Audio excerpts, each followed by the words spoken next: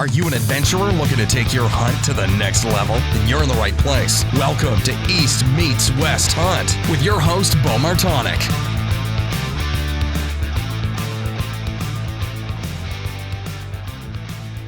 Hey everyone, welcome back to another episode of the East Meets West Hunt podcast presented by Spartan Forge. On today's episode, I am joined by my brother and gunsmith, Kurt Martonik. So Kurt runs his blog, Kurt the Gunsmith, and works for C Sharps building premium black powder rifles in Montana. So on today's episode, we discuss stories from our childhood, some gunsmithing, learning to hunt antelope, upland bird hunting, $3 in 3 days, a story from when my dad was there, and my brother and sister-in-law, Kurt killing a free-range bison in North Dakota, lessons learned from hunting the West, his gunsmith blog, and much more. This podcast was recorded back on our bear hunt a few months ago, so it's a little bit dated. And if you hear the story about finding turkeys, Kurt did end up killing a turkey the next morning. I think that story was out in a podcast a few months ago where I had Kurt on for something else. But I just wanted to let you know, if you would, go check out Kurt's website, kurtthegunsmith.com, and follow him on Instagram and go wild. If you're interested at all in rifles, just even simple cleaning stuff, or if you're into the complex stuff, Kurt does his research and is very intelligent in that, unlike myself. So I would highly recommend checking out his resource there for information. And I'm currently on my Montana elk hunt, so there will be some shipping delays until September 10th on my website until my alternate returns from vacation to be able to ship the apparel orders. But they will go out soon, so just be patient, please, with us. We will get your orders out as soon as possible. So thank you for that. And if you're out hunting already or whatever, I hope you're having good luck. And hopefully be able to have an update here shortly on how the hunt's going. But until then, take care and thank you for listening. All right, we're live from bear camp. Kurt, welcome back to the show. Yeah, it's good to be back. Yeah, it's been a couple years since when I had you and Chris on the last time for that turkey podcast. Yeah, it was for 2020 Colorado Miriams. I gotcha. So for those of you listening here, here at Bear Camp, we got the video podcast rolling here. Justin's got the camera going from inside the Seek Outside courthouse, like the big ass wall tent, I guess is a good lightweight wall tent. It's a good way to explain it. So the whole entire tent weighed 12.5 pounds, which is pretty incredible. It's pretty light for the size of this. Yeah. I mean, I couldn't reach the ceiling to put the poles up, so that was interesting. And for only having two people in here, you have so much room a lot of room for activities. Yeah, podcasting here tonight. So for those of you who don't know, this is my brother, Kurt Martonik. He lives out here in Montana, is a gunsmith, gun fanatic, avid hunter, grew up in Pennsylvania, was in the military, traveled all over, lived in Colorado, lives in Montana. I mean, basically living the dream. Yeah, definitely living the Western dream. A lot of hunting going on. Yeah, you definitely get in Montana here. Nobody that's a Montana resident likes to talk about, try to keep people out, but there's definitely a lot of opportunities for those of you who are residents. Yeah, lots of hunting pressure. Yeah. But anyways, I wanted to bring you on here and talk about just, I figured we kind of just start back since when I had you on. Was that the only time I had you on with Chris? Yeah, I think that was the only time. So kind of just starting back at the beginning and how you got into hunting and your obsession with guns and everything, kind of go through that, and I bet we'll have some stories that can kind of roll out of that. Yeah. I'm just trying to think of. I had the childhood of most, I think, rural people where you have spent a lot of time outside. I was very thankful. I know we grew up when video games were just coming out, but our parents limited us pretty heavily. I think it was like an hour a weekend or something like that, which hated at the time, but I mean, we did a lot outside because of it. Um, Hunted everything that moved, basically. I Yeah. mean, and it was kind of a progression of starting with the Red Riders, going to pellet guns, then you got trusted with the 22s, and then we kind of, I think we went to 12 gauges at that point. Yeah. Pretty No, big step. no, we had I still have that gun, the 410 Yeah, 22 that's over and right. under. Yep, I think we that's Savage. went to that first.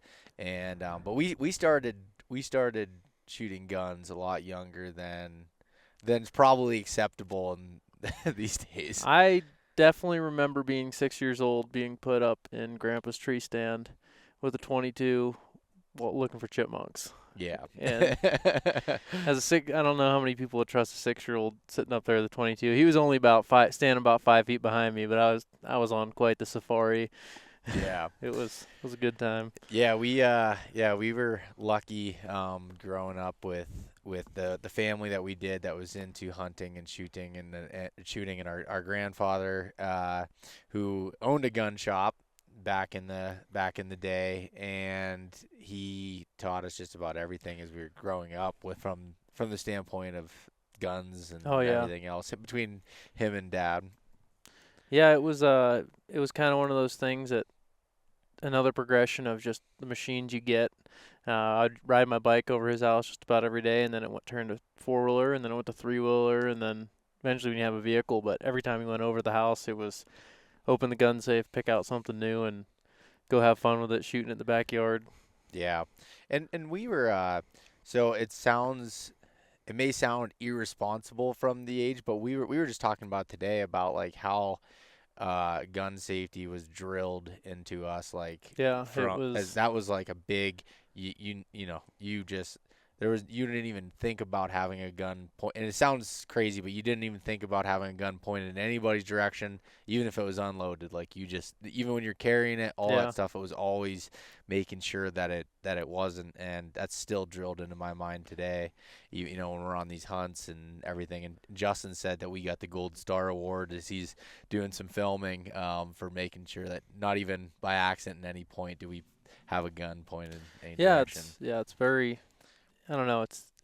Sometimes it's like seems like it's overemphasized, but it's because I mean, one mistake could literally change you or somebody else's life. It's just not worth it. Yeah. Yeah, but back to what you were saying about driving over to Grandpa's house, like we were lucky because our grandparents lived like I don't know, really like a quarter mile down the road from us, and so we had easy access. Could ride the bikes either right down the road or the four-wheelers we'd go through. We had permission on the neighbor's farm and go through the woods and make it that way. We had a whole bunch of different Yeah, there was avenues. always was a gun in the gun rack on the four-wheeler on the ride over there, 'cause Yeah. riding around through our neighbors' fields there, you never knew what you were gonna get to hunt, depending on what came in front of you at the time. Yeah. But Yeah, so we definitely grew up with that and then started just getting into it more. I mean, I feel like you were tearing apart guns at a pretty young age. yeah, I was tearing apart guns. I was just fascinated by their mechanical workings and all that, and then but I mean, all of it revolved around just the hunting portion of it, 'cause I don't know if I was 13 or 14 is when me and Satch were obsessed with coyote hunting, and we went coyote hunting every night for 1 year, it seemed like. I was being dropped off at his house, and then even on school nights it was get dropped off right before dark, and then Mom would come pick me up like 10, 11 at night after me and him did a couple sets in some fields and all that, and we had some pretty good success for those. For those coyotes in Pennsylvania are very hard to target and call in, but Yeah. yeah, it was it was a lot of fun. But Yeah, I'd still never killed a coyote from a call-in sequence, but I guess I never you guys got really into it. I mean, yeah, you had it dialed down like we would for hunting deer. I mean, yeah, we wind directions, all that. We were using nothing but mouth calls. I mean, we lived and breathed it. Every piece of Randy Anderson's Calling All Coyotes DVDs we had those things mesmerized, like, or memorized. It was a good, I don't know, it was fun because we looked at it as like we always wanted to hunt, and that was the one thing we could hunt every day of the year. So we're like, let's just get good at this. Yeah, no, it definitely was. But I mean, as I've talked about a lot in this podcast, and the family and being able to that growing up in that sort of atmosphere and being able to go to camp and all those things, like it was just we had no other choice really. Yeah, and I wouldn't have wanted it to happen any other way. Yeah. Yeah, and then, then you kind of stepped away from hunting really for a little bit because you went into the military at that point. Yes and no. I mean, I stepped away, but I still, since I got stationed in New Jersey, it was only 5 hours from home. During the hunting seasons, I mean, I was coming home almost every weekend. I remember, I mean, there's pictures of us with turkey. So I think I missed one fall, really. When you were deployed? Oh, I guess no, that first year I missed the fall, but I think I probably missed a couple with different deployments and stuff.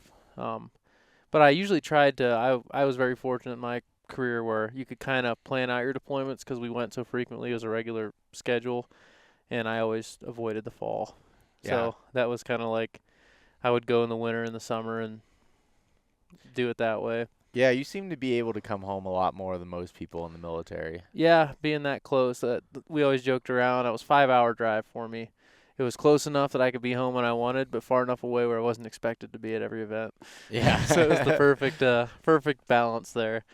Yeah. So tell everyone kind of what you did in the military there, because it was a pretty awesome job that allowed you to see a bunch of different things. Yeah, I'm pretty happy to say that at this point in my life, I've never had a normal job. It's kind of everything's been very weird and different. When I was in the Air Force, I flew as a boom operator, so in-flight refueling.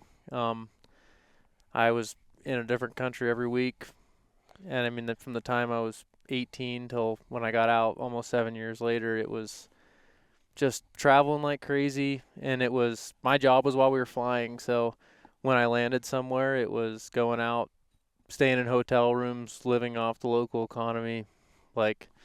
It was a blast, and I didn't get to do much hunting on those trips, but it was always in the back of my mind, especially when we ended up in like Texas or Scotland and stuff like that. It's like, Yeah. I really wish I could have had a little more notice for this trip and maybe made something work. But yeah, it was a really good experience. I had a very positive experience in the military.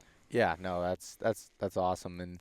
And then after you got out, and a lot of people kind of when you're in the military trying to figure out what you want to do afterwards is kind of difficult, I feel like, for a lot of people. Yeah, and I have a definitive moment I remember because I went into the military not knowing if I was going to do 20 years or whatever. I just left it open, and I had a definitive moment where I'm like, I don't want to do this for 20 years, so I got to figure out what I'm going to do. And I did the standard Google, what career should I do type of thing, and of course all the random stuff came up, and then I found out that gunsmithing was actually a legit career. I just thought it was a hobby at that point, and it is for a lot of people, but one thing that I realized is that there are a lot of gunsmiths, but they're not, I don't know, I felt like there was a way that you could kind of take it next level, and to me, they had online schools, but I wasn't going to do that because I felt like that was something I needed, hands-on machine experience and all that. So I looked at other things and ended up going to Penn State online, got a business degree because I figured that was something that I could help myself with down the road in gunsmithing. But yeah, and then aside from that, doing college and all that, I was reading every piece of literature I could get my hands on about the subject, just so I could learn the terminology and I don't know, just get my mindset right for it. But yeah, it was kind of, there was no looking back. Once I made that decision, I was like, this is what I'm doing. Yeah. Yeah. And so, yeah, I mean, it's good that you had that one that, you were able to take advantage of, the GI Bill and everything to go to Penn State, and then also be able to go to, was it the Colorado School of Trades? Yeah, so actually I didn't even use the GI Bill for the Penn State stuff. They had a thing called tuition assistance. So okay. And if you're in the military, look into it if you haven't already. Tuition assistance is phenomenal. It pays for your college. And then, you don't get your extra like monthly stipends and stuff, but I got my degree on that, and then I got out and I still had 4 years left of college I could take. So 2 of that, or less, it was 14 months. 14 months of it I spent on Colorado School of Trades. So that was in Lakewood, Colorado. We went out there and lived there for almost 2 years. There was a little bit of a delay there. COVID, it shut down the school for a couple months. But yeah, I got to see Colorado pre-COVID, which I'm happy to say, because a lot of people moved after COVID, and it got 1-hour drives turned to 4-hour drives, and trails that would normally be empty turned to just, I don't know, high traffic. Yeah, it was crazy when I'd come to visit you. Like, I visited you pre-COVID, and we'd go out and we go even just in the summertime. I'd go out and go camping with you and stuff, and you'd have kind of the pick of the wherever you wanted to go camping. And you and Chris Toomey, who was on the last podcast with you, like, you guys always hung out and would go different places and fish and do all that kind of stuff. Yeah, it was frustrating seeing it go like that, but it is what it is. And I think the way I kind of explain it to people, Denver seems to be the gateway drug before you start trying other drugs, and the gateway drug is for moving out west, you know. Yeah. Everybody that wants to live out west, they move to Denver first, and they either like it or don't. And if they don't and they want more western experience, they branch off to Wyoming, Utah, Arizona, Montana, one of those. But yeah, I had a good experience in Colorado, but I was definitely ready to go. I did some hunting, did a lot of hunting in Colorado. Not as much as I do now, because the tag system in Colorado, they're more managed for quality over opportunity, like Montana. But yeah, so from the gun hunting standpoint, so like that's one thing we didn't mention. Like, when we were younger, Kurt went completely down the gun route, and you weren't really too interested in bows. I did some archery hunting. I was never successful doing it. But it was one of those things just to get out in the woods. Like, I did hunt on the base in New Jersey with a bow, but I think, like, I don't know, compounds just never took my interest. I was carrying a recurve when I was doing that. I did miss a giant one time with a compound. Dad was sitting in the stand next to me, and I woke up and it was standing there in front of me, and I missed it. Yeah. But yeah, other than that, I kind of just drifted towards the rifle part of it, and I don't know. I always was taking weird stuff out in the woods too, just because I loved old guns and I loved the history part of it, and I was like, if I can add a little piece to the history of this gun, that'd be cool. Yeah, even well before you went to gunsmithing school and stuff, you were taking old World War II rifles and modernizing them and changing them. And I never really did too much of that, of the modernizing of them, but I collected a lot of the World War II stuff, and I hunted with them in those full military configurations. I did shoot a nice 8-point with a trapdoor 4570 that was made in 1880 one year. So I was just turkey every year for turkey. It was like, I wonder what I could get it with this year, whether it be an old double barrel or a black powder single barrel shotgun. Like, yeah, it was I don't know, it was fun. That was my kind of challenge of it, is open sights and doing it that way. Yeah, you always had those type. But I remember, didn't you modernize one, or maybe sporterize one, whatever's the right term for it, for Michael? Yes, I did, and he, I still probably should look at that one to make sure he's okay shooting it, because that was, I don't know, one of your earlier builds. Yeah, that was he probably has claim to the first build I've ever had. He sends me a picture of it a couple times a year. That thing shoots flames out of it just about as far as a bullet goes. Yeah, that thing is. What was that again? A Mosin Nagant. Yeah. Shooting those old Golden Bear 203 grain bullets. Those are. Yeah, that was a. I don't even know if I want to look at it ever again. I don't want to see it. Yeah, but when you were, I mean, I guess it was before you even moved to Colorado. You were still in the military when we went out west for the first time. The first few times. Because you went out, we went archery elk hunting, but you didn't have a tag. You just went out and filmed and just calling too. Yeah, and calling, and yeah, you had that big part in the calling aspect and getting to hang out, and then you started. What was your first tag that you had out there? High country muzzleloader. Oh yeah, that was our second year out there. Yep. You had that muzzleloader tag. That high country muzzleloader tag, and saw some beautiful bucks up there, but for range of a muzzleloader, it was just not. And there was a lot of pressure that year in that unit, so when you were seeing bucks, by the time you got there was 3 or 4 other people making the same stock on them. Yeah. But I mean, it was fun either way. That's such a beautiful area there. Yeah, that was some high elevation, some rough country we were hunting. Rough country. Yeah, I remember you'd be up high and you were hunting deer, and I was just down below in the timber hunting elk, and it was like, you were seeing elk and I was seeing deer. Yeah, exactly. It was backwards. Yeah, that was fun. And then the next year is when you drew an early season rifle tag, or was that 2 years later? That was 2 years later when I got to Colorado. There was 1 year I didn't go, I think. Yeah, 1 year I didn't get to go out. But then that following year I got an early season rifle tag for Colorado.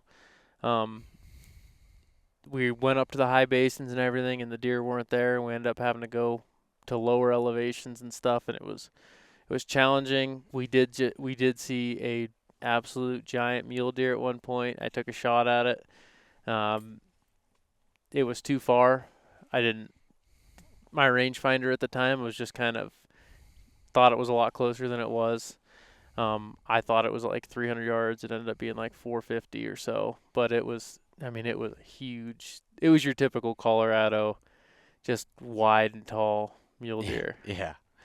Yeah, not that unit, even with that rifle tag, was very low success, if I remember right. It was. And it was funny because luckily I had the regulations in the car back at the truck, but everybody I ran into that was a local, they had no idea that rifle season existed.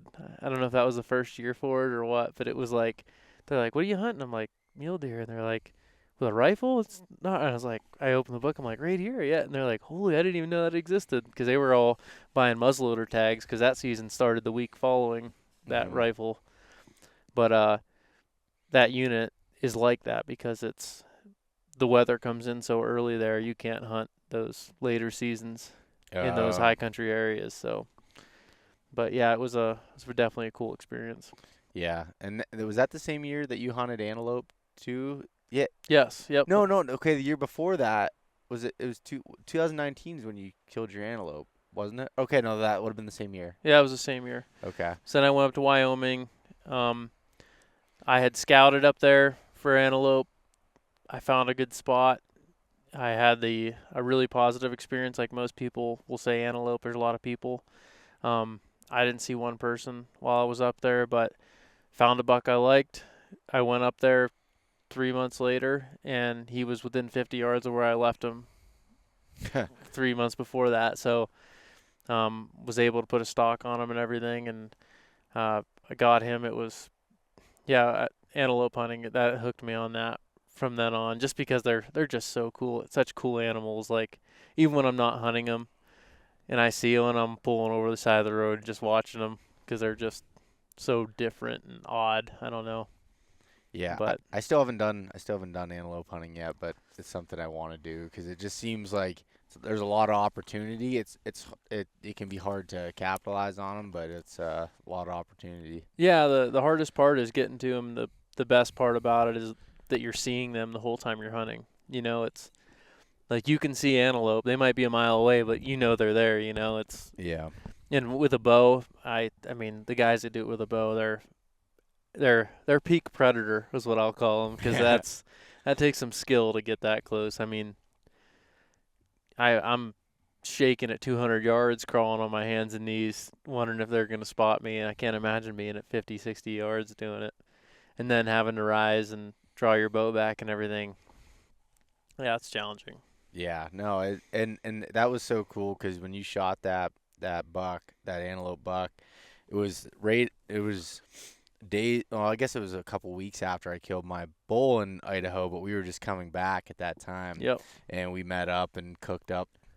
That's when we cooked up the antelope back straps and some Yeah, stuff. antelope and elk. Elk. We cooked up. Yeah, we cooked cooked it up in the hotel room. Had the old propane stove going in the hotel room. Yeah, and set off the fire Sad alarm. the fire alarm's going off, but nobody was hurt. Yeah. And we had a good meal. Yeah, no, that was so much fun. And that's where we met Larry and Larry. Larry at the bar. Yeah.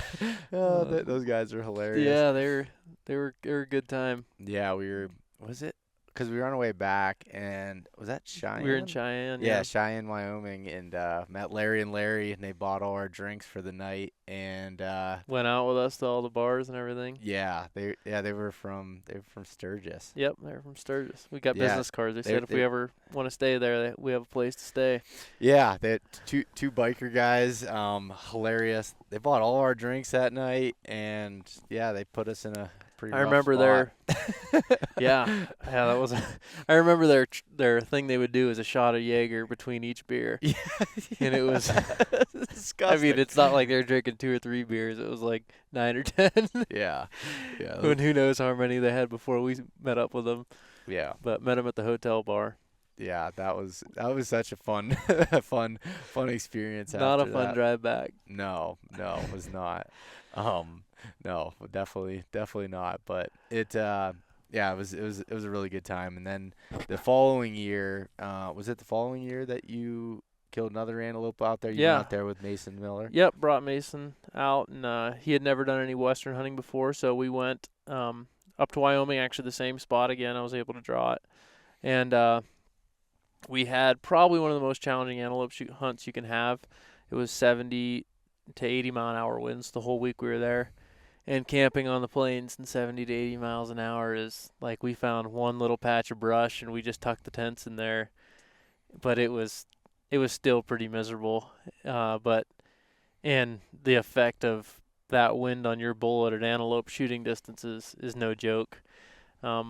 I remember I shot my antelope at 150 yards, and my bullet, I even accounted for the wind a good amount, but I think from where I was aiming to where the bullet hit, it drifted over 20 inches at 160 yards. That is crazy. Yeah, and that was shooting a 275 Rigby or a 7x57 Mauser, so they're going probably 27, 2,800 feet per second. It's not a screaming fast bullet, but still, that was, I mean, and I'm not exaggerating with the 70, 80 mile an hour winds. Like, we saw it was going to be windy, but then after we got out of there, we actually looked at the weather radar, or like the past of it, and there was, 70, 80 mile an hour winds that whole week.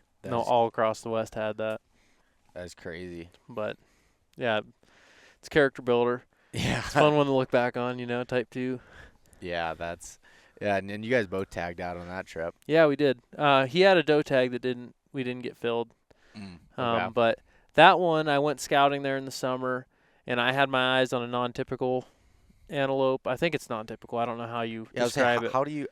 What makes an antelope non-typical? This one had a horn that went straight out of his forehead.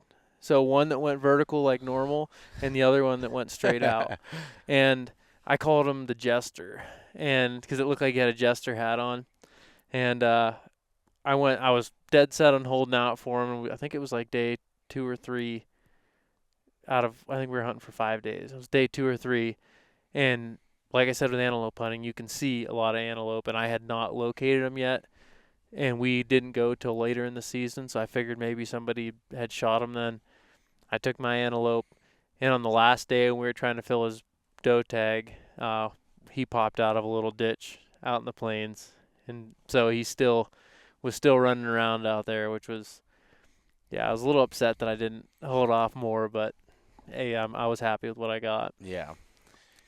And then, did you do any other hunts during that time frame? Yeah, I did. I had a muzzleloader mule deer hunt, but I went for one weekend. That season's only a week long, but I went for one weekend. There was a lot of fires in that area, so it was like, I mean, no such thing as glassing with the amount of smoke that was there. It was in a heavy area, and then once again, since it was post-COVID, I was running into people left and right, and they weren't hunting; they were hiking off trail. Like, I was miles from trails, and I was just running into people walking their dogs, and I was just like, I don't know. Guy's like, yeah, I found a deer trail and figured I'd follow it for a little while. I'm like, okay, well, it's hunting season. Like, yeah, I know you have a right to be here, but it's just more of a, I don't know.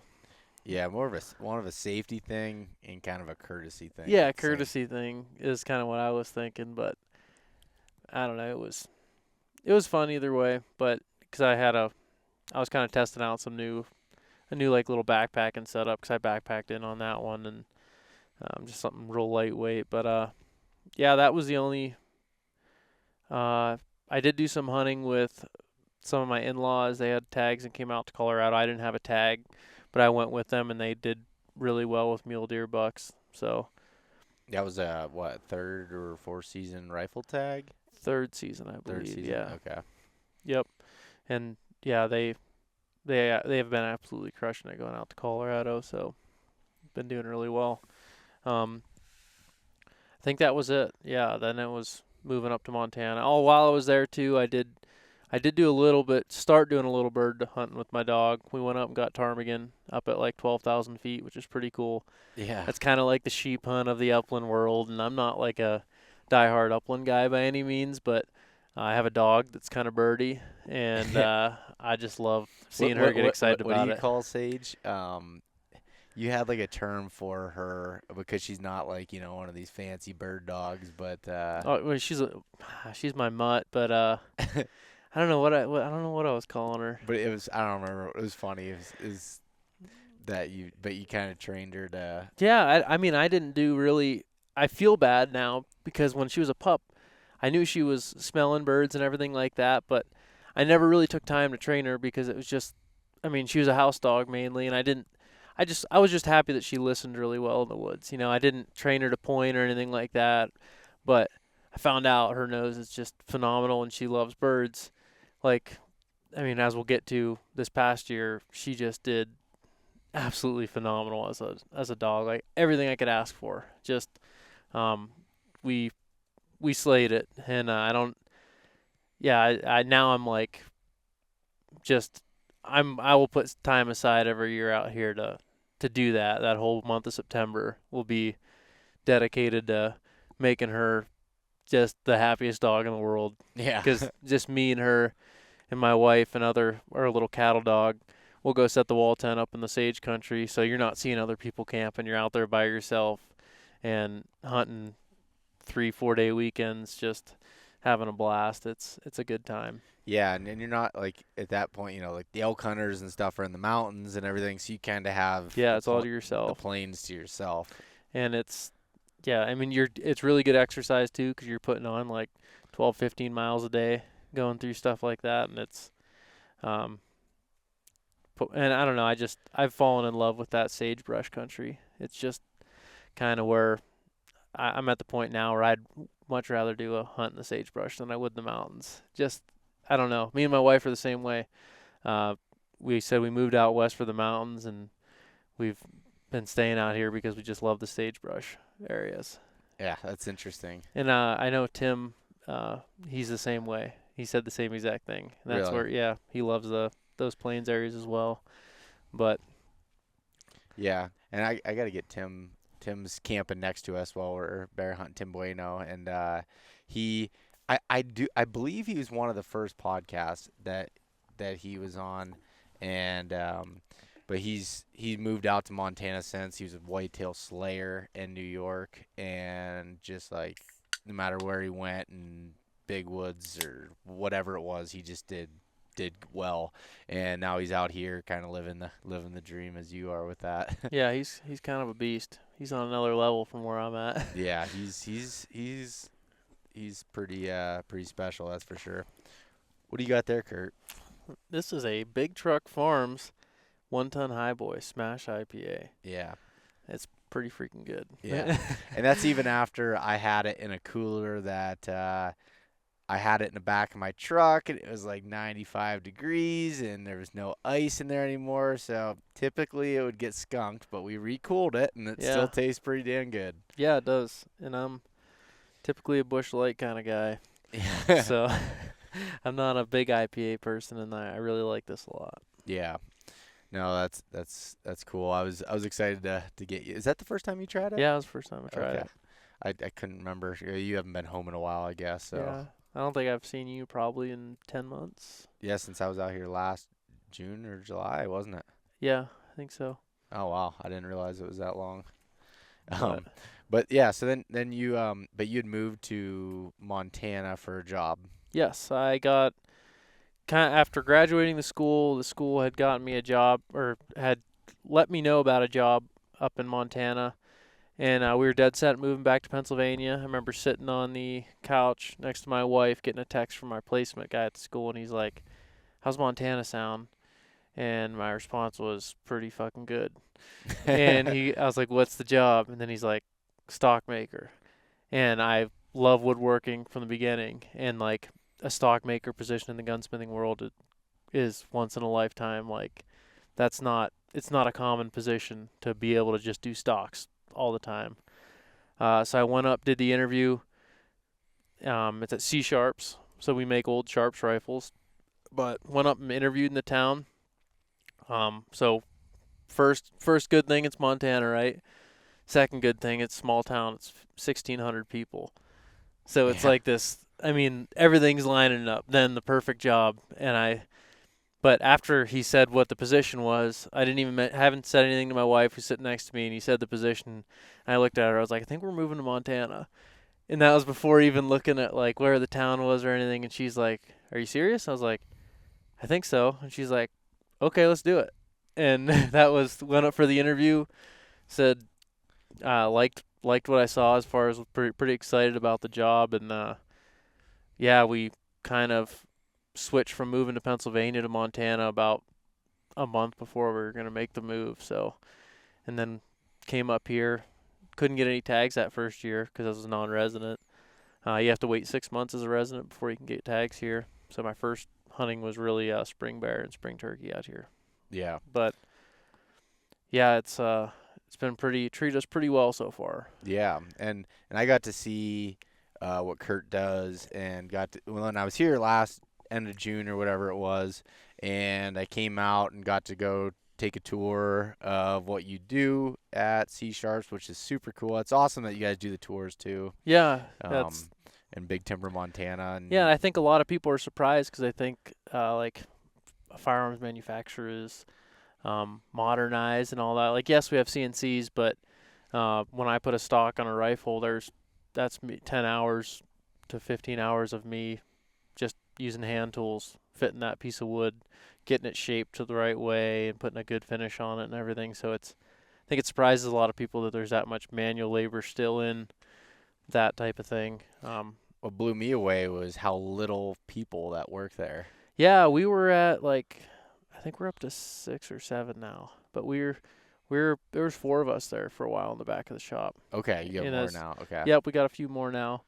But it was, there's only 4 of us back there, and we were putting out almost 200 guns a year at that point. It was, it was a lot of work, but I mean, great experience so far.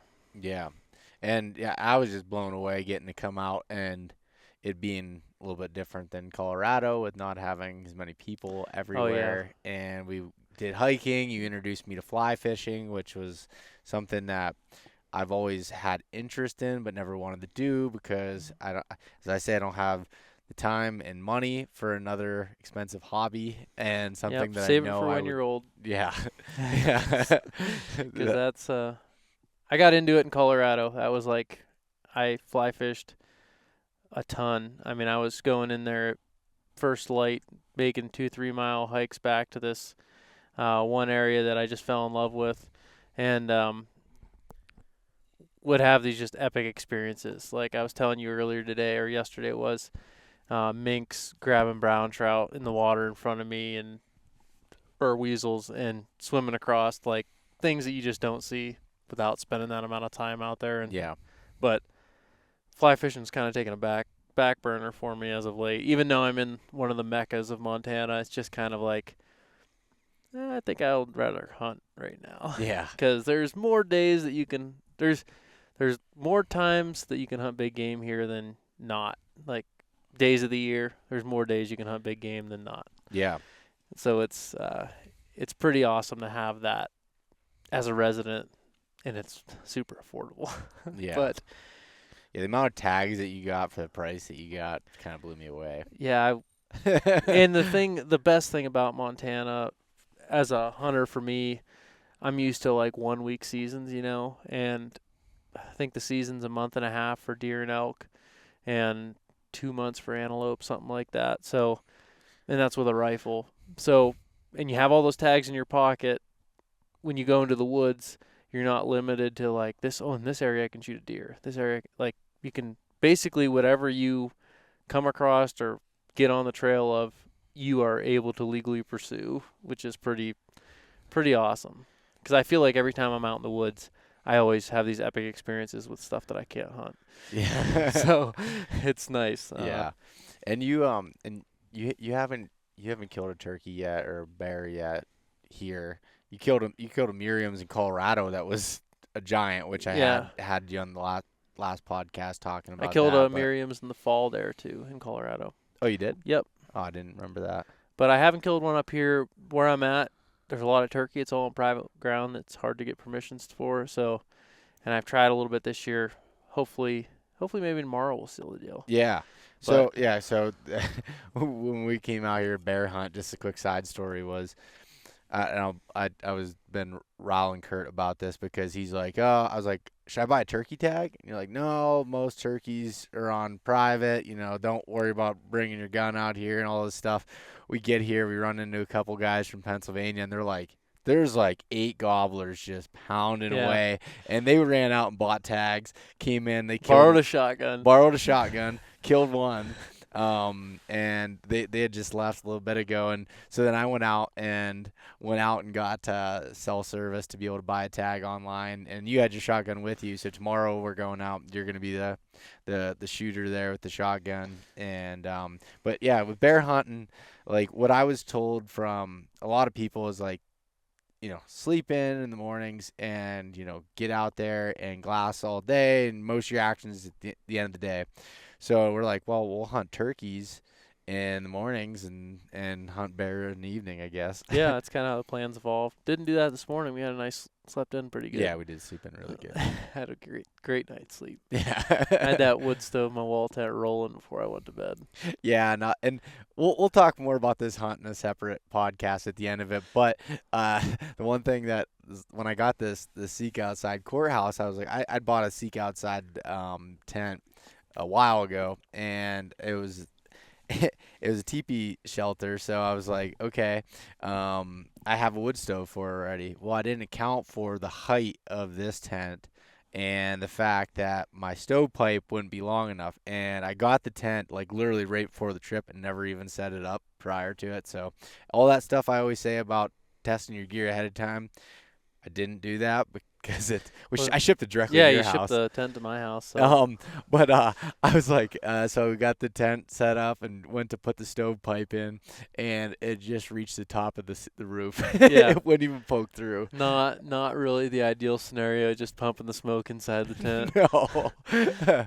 But anyways, yeah, so we were a little bit dragging this morning, but that was nice. I enjoyed that still. Yeah, for sure. But anyways, back to hunting in Montana. So then you went into your first like fall as a resident, and you guys kind of had an epic year from a hunting standpoint. We did.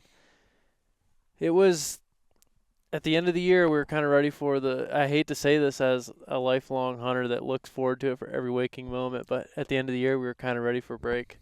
Yeah. We kind of wanted a weekend where we could just not do anything, because you have so many tags in your pocket and so many things you can hunt that like you just can't sit still at your house. And I work 4/10s, so I have Friday through Sunday off, which meant every weekend from the 1st of September till the end of December, I was out. Like I hunted 3 days every week. So I don't know what that adds up to being, but we started in September hunting birds, sharptail and sage grouse. My dog, I'm just going to go on a side tangent because I'm just so proud of her. My dog Sage. And we named her Sage in New Jersey before we even knew we were ever going to live out west. And it turns out sagebrush is her, like, if she has a favorite plant, that's definitely it. Because she just, like, when she sees sagebrush, she just gets so excited.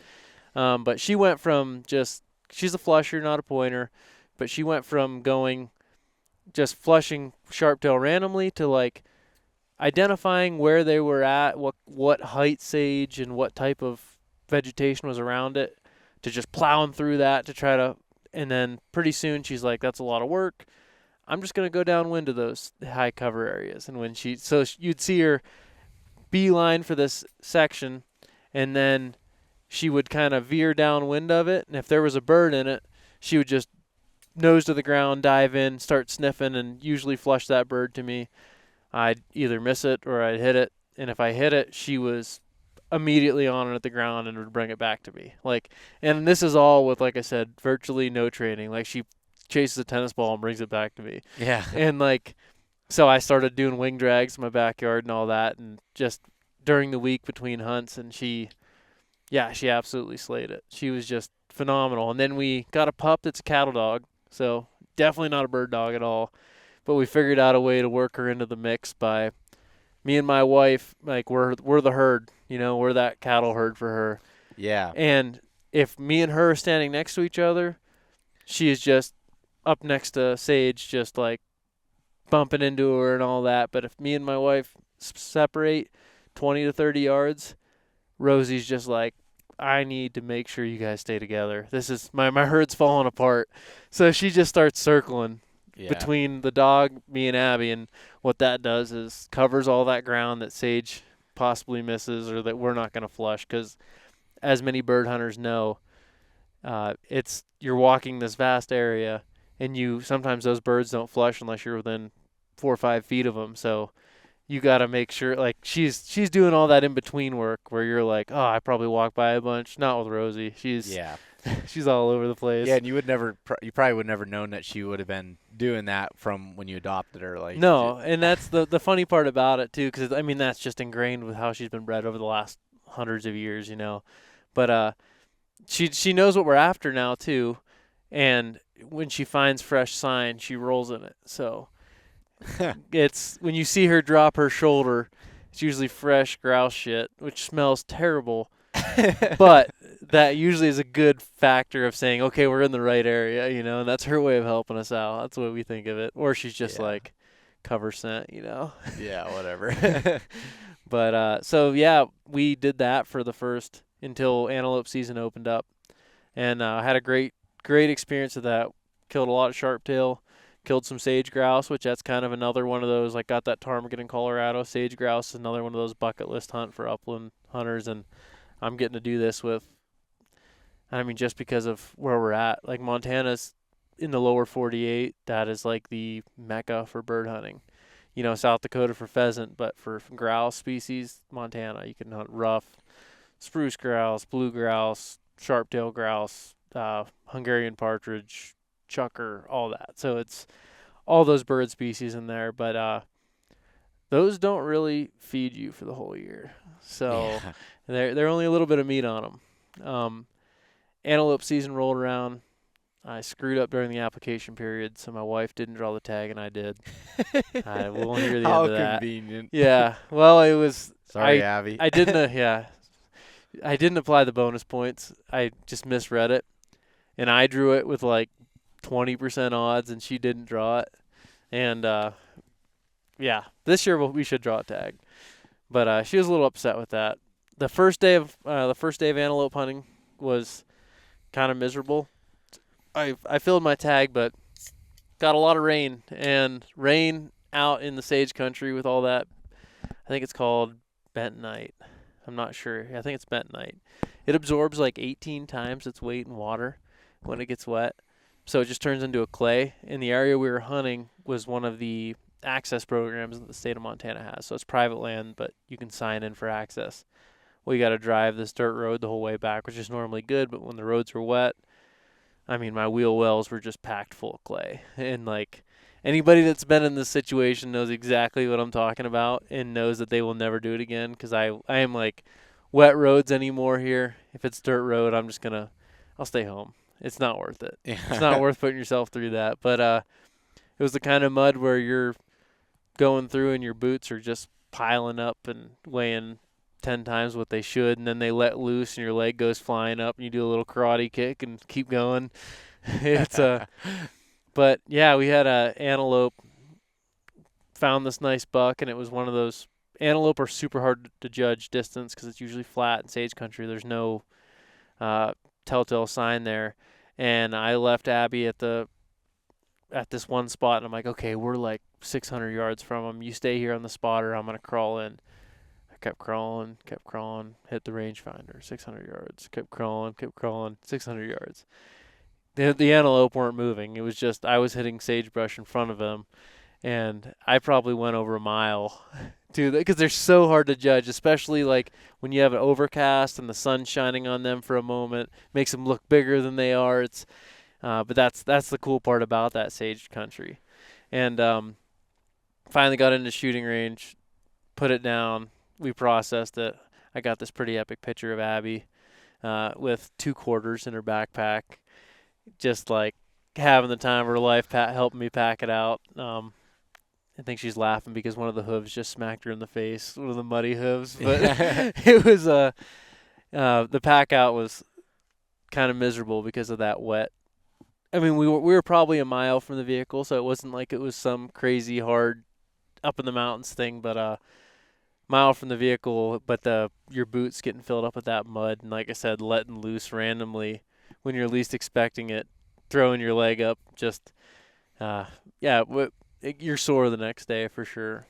But the following weekend, I had a doe tag for that same area, so I went out. Had a really heavy snow that weekend. All the antelope started migrating, so where they normally would have been, I had to change my plan. I went to plan B, C, and D. Finally found them at E, and filled my doe tag there. Then elk and mule deer season opened up. It was really, really slow. We spent a lot of time out in the woods and out in the plains, and places we had seen deer all the time, they just were not there. And it wasn't because of hunting pressure. It was because of hunting pressure. Montana's loaded with people. I don't know if it was just they changed their patterns or whatever, but it was really disappointing because, we were hunting hard every day and not seeing deer. Where places where we'd see 30 or 40 deer on a normal outing. So we're just like, what's going on? Then the rut hit, and that just, anybody listening to this podcast knows what the rut does to deer. And all of a sudden, you're just seeing bucks. We had a 3-day period. My dad flew out to hunt with us. This is right after he's riding on cloud 9 with that giant buck he killed in Pennsylvania. Comes out, has a general tag, and hunted with us. I killed a buck. I think it was on a Sunday. I killed a buck on Sunday. My wife went out after work on Monday that same week, killed a whitetail, beautiful whitetail buck all by herself. It was pretty awesome. Yeah. She calls me. I'm walking into the hardware store after I got out of work. It's like right as it's getting dark, she calls me. I just killed a buck on it. And I'm like, where are you at? So I knew where she was at, but I was like, send me a pin of where you're at exactly within that area so I can. And of course she had my vehicle, so she had the 4Runner out there. All I had was her little car, and Dad was out in the woods hunting with their vehicle. So I called my coworker, Pat, and me and him hopped in his truck, went out there. She was sitting there in the dark with the deer. She said there was a pack of coyotes coming in after her. She said she kept seeing eyes with her headlamp around her, so she was pretty worried about it. But we got that out of there for her, and she made an excellent shot with her rifle. I think it was like 80 yards. Was it one you built? Yeah, I built that one for her. Okay. It was a Remington Model 7 and 6.5 Creedmoor. Nice long range cartridge for that 80-yard shot. But she, I don't know. It was really good that she got to do it on her own because I feel like I probably would have ruined that situation by like saying, hey, we're running out of time, like you got to shoot type of thing, where she said she said she felt like 10 minutes trying to wait for it to turn and get the right shot. But, you know how that goes. Yeah. That 10-minute feeling could be 30 seconds. But The point is she waited, got a real steady rest on it, and waited for that perfect shot. No meat damage at all, perfect double lung. I think it ran like 20 or 30 yards and piled up. So it's pretty epic. But then the next day, my dad was out in the mountains and shot a beautiful Montana mule deer. Yeah. And he shot it not far from where I shot mine. So we had 2 pack outs there in that same area, which is a pretty rugged area as far as both. Actually, his wasn't at night, but my pack out was right at dark. So we were getting cleft out, packing it out and everything, and it was kind of some sketchy terrain to be doing at night, but we did it and it was fun. Mm-hmm. His buck, we did a couple trips on it just to save our backs for the area and everything, and it wasn't like, it's not like it was 5 miles back in. So we could do that and not spend a whole week doing it, But yeah, it was a pretty epic season. Didn't get to fill my elk tag, which I was a little upset with. But so far we had 2 antelope and 2 deer in the freezer, and then sea sharps. We did a company hunt, went out to North Dakota, and actually I got to shoot a bison with a sharps rifle, which is pretty awesome. Yeah. Shooting just the opportunity to hunt free range bison in North America is a once in a lifetime. Oh, absolutely. It's a bucket list hunt for me, and everything happened in the perfect, how it happened as far as with the buffalo gun, the original with the original buffalo gun, sharps rifle, 4570 black powder shells I was using, all that. It was, what an amazing animal. You walk up to it and it's just like, all right, we have 8 hours of work here ahead of us to get this thing out of here. Yeah. Just get it cut up. and that's just quartered. That hide is so thick, and when your knives are you have 2 or 3 knives, you're sharpening each one and get about 10-15 minutes of cutting and sharpening each one because that hide's just so thick. Mm-hmm. But yeah, that was an amazing experience, and it put a lot of meat in the freezer. Oh yeah. We've been eating bison jerky this whole trip, and what else do we have? We had mule deer for lunch today, but you got a bunch of bison for this week. All that, your freezer's definitely not lacking. No, and it's allowing me for this upcoming year to kind of focus more on quality as far as this past year was more for me to do I've never killed mule deer before, so I wasn't super picky. I got a 2-year-old buck, so it wasn't anything special, but for me, I just wanted to, I've never put my hands on a mule deer, Yeah. And elk too, that kind of gives me a reason to hold out a little bit and maybe pass up on that first one that comes across, maybe wait for a better one. But yeah, I'm really looking forward to hunting this year again. I even have a unlimited sheep tag, so that's kind of a nice perk. Yeah, that should be an interesting hunt. Yeah, I'm excited to. We'll see. I don't know. Hopefully the quota doesn't fill before I get down there, but I'm hoping to get at least a few weekends in there, just tromping around the mountains. Yeah, that's another once in a lifetime type. I mean, you could get it every year, the tag, but as far as the ability to actually shoot one, and pretty incredible. Yeah, if I can pull it off, that's just. Maybe I'll probably just quit hunting. Yeah. No, I'll never do that. But yeah. Maybe I'll start fly fishing. Maybe start fly fishing a little more. Yeah. There you go. No, it was cool to get to see you because you started hunting out west in 2016, and it took a few years, and kind of similar to what my progression with it was. It takes you a little bit to kind of get in the groove with it and understand it. What do you think? Do you think just from getting to learn the areas, getting to learn the different species, what was that? Was that the most difficult part of it, and what kind of led you to starting to be a little bit more successful now? I think one of my biggest problems I have is I've always been big into tracking deer, an elk or whatever. So I'm constantly looking for tracks. And out here it's so open. It's burned me a couple times as far as my head's looking down at fresh sign and not looking up. And at 150, 200 yards, there are those bucks bedded out in the open in the plains. Mm-hmm. And they see you before you get to see them because you're focused on what's on the ground. That's happened to me multiple times. But yeah, I don't know. It's learning the areas, but learning how to read the sign for the different animals. Once you figure that out, I mean, there's the weird part about out here is signs everywhere because it's so dry that elk poop lasts years.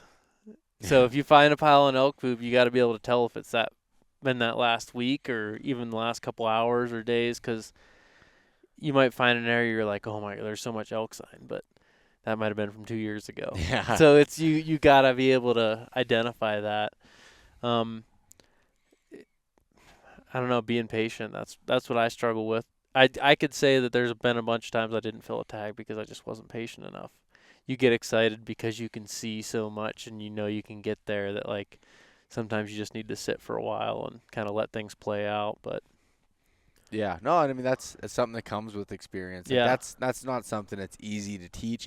And we were talking about it, even bear hunting, like when this is something that's so new to all of us, like, and it's hard to get that confidence to sit and be patient with something when you're not sure if even what you're doing is right. yeah, So, like, exactly. So as you've learned, like with mule deer hunting and everything else, like to be able to confirm that, like it just. Yeah, you don't know what you always second guess it because you're like I feel comfortable in the Pennsylvania woods. Yeah. I feel like when I sit down somewhere, I'm pretty confident there's a deer gonna come through. Where out here, you're like, you don't see a deer for a couple hours because you can see so far. Once again, like Pennsylvania, you're locked into that 100 yards around you. We're out there or out here, it's like you can see for so long, but there's so many little hidden folds and everything like that where those deer and elk hang out, and having that patience to not just say, oh, I'm in the wrong area, I got to get up and move. Yeah. Because as soon as you sit down, you're like second guessing everything. Yeah. Yeah, and you don't know until you do it. And Yeah. it's something that's hard to teach on here. It's you got to something blow that- out a bunch of deer to figure out where they're going to be, Yep. No, definitely. I couldn't agree more with that statement. And then I wanted to transition kind of towards the end here, is you've started doing some writing and some other stuff. So as most people here know, I do a lot of writing in the hunting space and everything, but you started doing some of your own. And did you start by writing for anybody first, or did you start your blog first? I started writing for a company called Sage and Breaker. So they make high-end cleaning products and everything, and I owe a lot to him, Fred Boehm. I kind of gave up on Instagram for a while. Well, not gave up on it, I just was off of it for a while. I just kind of had a little social media stepping away for about 4 or 5 months. I'd get on to check messages about once a week, and went on there and checked one time, and I had a message from him just inquiring about if I was interested in doing any writing. And I read a lot. Like I read a lot of books, and that I think anybody that does that, they're interested in writing a little bit, or they have some sort of I don't know, you're just driven down that path. And I've always wanted to write, and it was been in my plan, but this has kind of been like, he was kind of that nudge forward, like I'm just going to do it now, I guess. So Yeah. started doing some articles for him. He primarily targets towards, or not targets, but primarily his customers, upland hunters and stuff like that, which I'd been doing a lot of, so I do a lot of writing on shotguns for him. I started my own blog at that point. It's called kurtthegunsmith.com. I do just various gunsmithing topics and general gun topics, like how to sight your gun in for hunting.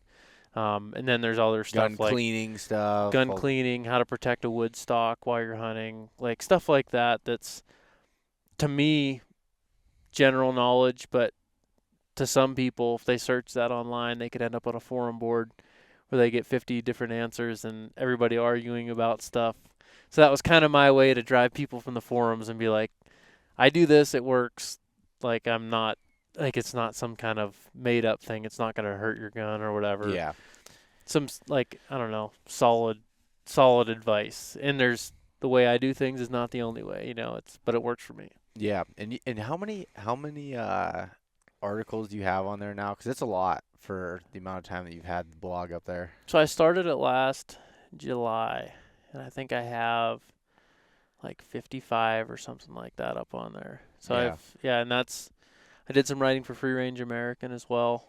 I think I got like 5, 6, or 7 articles up on there, various different topics. But yeah, I really enjoy the writing aspect of it. It's just for me, it's more than just like trying to educate people. It's for myself too, to solidify some different techniques and like really dive down and actually organize information. I mean, the whole reason I started my website is I'd be researching a topic and I'd have 3 or 4 books laying out on my workbench, cross-referencing them and finding stuff. And then I'd find what I'd need and I'd close everything. And then it was like, if I ever came to that process again, I would have to do the exact same process to find that if I didn't remember it, if it was like kind of an odd thing. So now when I write it down, I have my own little encyclopedia to search that certain thing and find all the information, like whether it's the temper of spring or something like that. Yeah.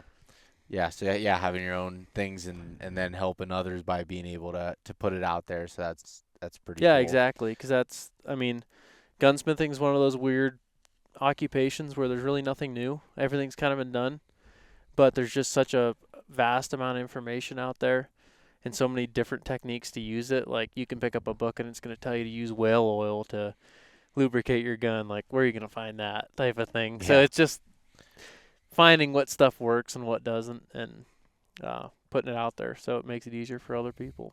Yeah, and then you do some on Instagram, which is Kurt the Gunsmith as well, which, as you'd mentioned, Instagram doesn't like guns. They don't like guns at all. So, guns are bad. I'm learning. Yeah.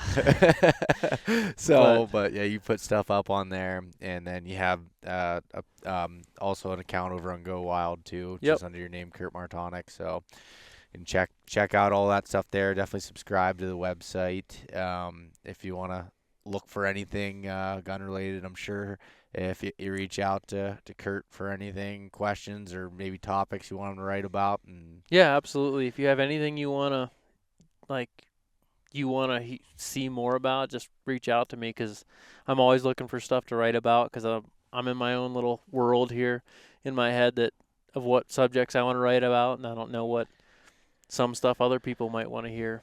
And definitely I might not do it, but there's a good chance I will. Yeah. So. Well, cool. Well, thanks for coming on again here, Kurt, and talk with me. I'm starting to get kind of cold here because you shut off the heater. Yeah, I don't know why I did that. Yeah, and you have the puffy jacket on and stuff, and I'm in a flannel, and now I'm cold in the tent. So I was always a little bit tougher. Oh, yeah. Here we go. and better looking. Your mustache is actually pretty much more prominent than mine right now. Yeah, So I think I'm about to get rid of it. Are you? When's this podcast going to go out? I don't want Abby to hear about it this way if she listens. Yeah, I don't know. It'll probably she hasn't seen me without facial hair in probably 2 or 3 years since the day I got out of the military. Really? Yeah. Okay. Well, it'll probably be a little bit here. So. Okay. Then I can say it. You don't have to edit this out. No. All right. Well, thanks for coming on again, Kurt, and thanks to everyone listening here, and appreciate it, and we'll see you next week. Thanks so much for listening to this episode of East Meets West Hunt with your host, Beau Martonik. For more great content and to stay up to date, visit eastmeetswesthunt.com, Facebook at East Meets West Outdoors, and Instagram at East Meets West Hunt. If you enjoyed today's episode, please review and subscribe, and we'll catch you next time.